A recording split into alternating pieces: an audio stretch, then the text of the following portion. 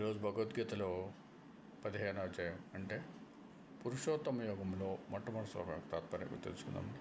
గురు బ్రహ్మ గురు విష్ణు గురుదేవో మహేశ్వర గురు సాక్షాత్ పరబ్రహ్మ తస్మై శ్రీ గురవే నమః.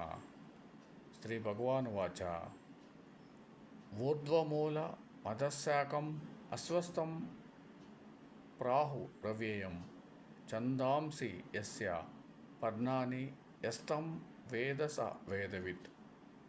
తాత్పర్యం: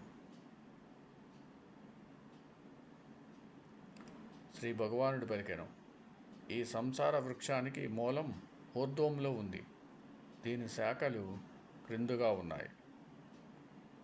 కర్మకాండ రూపమైన వేదాలు దీని పత్రాలు. అనాదియు క్షణికము అయిన ఈ సంసారం వేదశాస్త్ర పురాణాలలో మాయామయ వృక్షం అని చెప్పబడి ఉంది. ఇట్టి సంసార వృక్షాన్ని తెలుసుకున్నవాడే వేదజ్ఞుడు. ఓం సమ సద్గురు సాయినాథ్ మహారాజ్కి జయ. ఓం సమ సద్గురు భరద్వాజ్ మహారాజ్కి జయ. ఓం నమో వాసుదేవాయ నమః.